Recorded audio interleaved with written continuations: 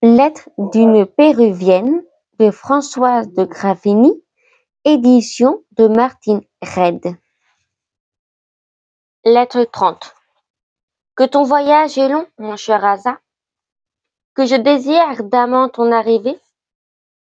Le temps a dissipé mes inquiétudes, je ne les vois plus que comme un songe dont la lumière du jour efface l'impression. Je me fais un crime de t'avoir soupçonné, et mon repentir redouble ma tendresse. Il a presque entièrement détruit la pitié que me causaient les peines de Détervine. Ne puis lui pardonner la mauvaise opinion qu'il semble avoir de toi. J'en ai bien moins de regret d'être en quelque façon séparé de lui. Nous sommes à Paris depuis 15 jours. Je demeure avec Céline dans la maison de son mari, assez éloignée de celle de son frère pour n'être au point obligée à le voir à toute heure. Il vient souvent y manger, mais nous menons une vie si agitée, Céline et moi, qu'il n'a pas le loisir de me parler en particulier. Depuis notre retour, nous employons une partie de la journée au travail pénible de notre ajustement, et le reste est ce que l'on appelle rang des devoirs. Ces deux occupations me paraîtraient aussi infructueuses qu'ils sont fatigantes si la dernière nous procurait les moyens de m'instruire plus particulièrement des usages de ce pays. À mon arrivée en France, n'entendant pas la langue, je ne pouvais juger que sur le dehors. Peu instruite dans la maison religieuse, je ne l'ai guère été davantage à la campagne. Je n'ai vu qu'une société particulière dont j'étais trop ennuyée pour l'examiner.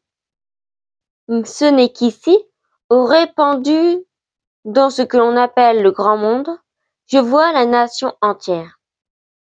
Les devoirs que nous rendons consistent à entrer en un jour dans le plus grand nombre de maisons qu'il est possible pour y recevoir un tribut de louanges réciproques sur la beauté du visage et de la taille, sur l'excellence du goût et du choix des parures.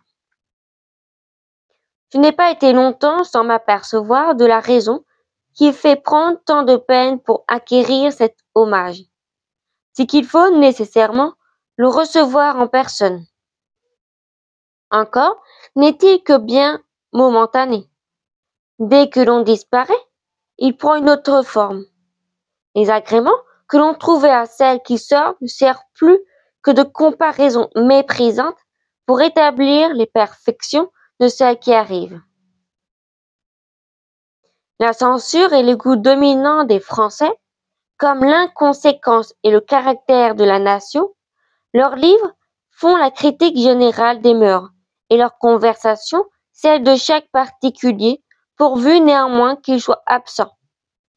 Ce qu'ils appellent la mode n'a point encore altéré l'ancien usage de dire librement tout le mal que l'on peut des autres, et quelquefois celui que l'on ne pense pas. Les plus gens de bien suivent la coutume.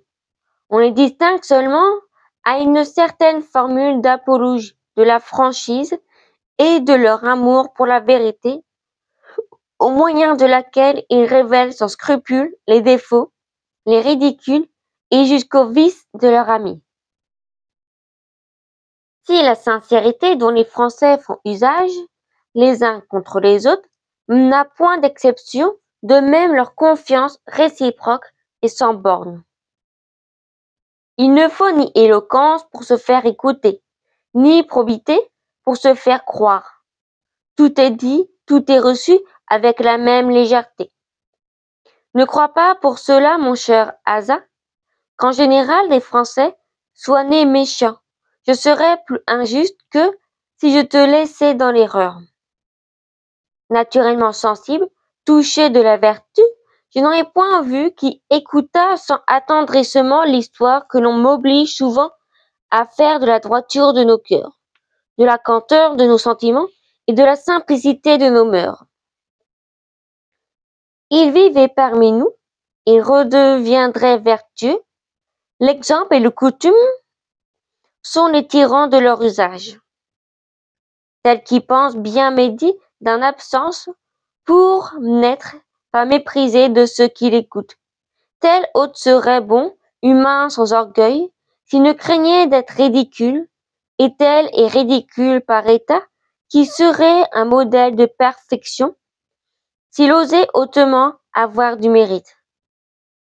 Enfin, mon cher Asa, leurs vies sont artificielles, comme leur vertu et la frivolité de leur caractère ne leur permettent d'être qu'imparfaitement ce qu'ils sont, ainsi que leurs jouets de l'enfance ridicules, institution des êtres pensants.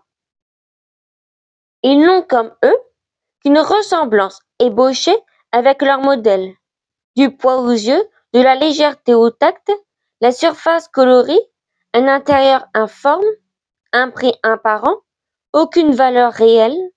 Aussi ne sont-ils estimés par les autres nations que comme les jolies bagatelles le sont dans la société. Le bon sens sourit à leur gentillesse et le remet froidement à leur place.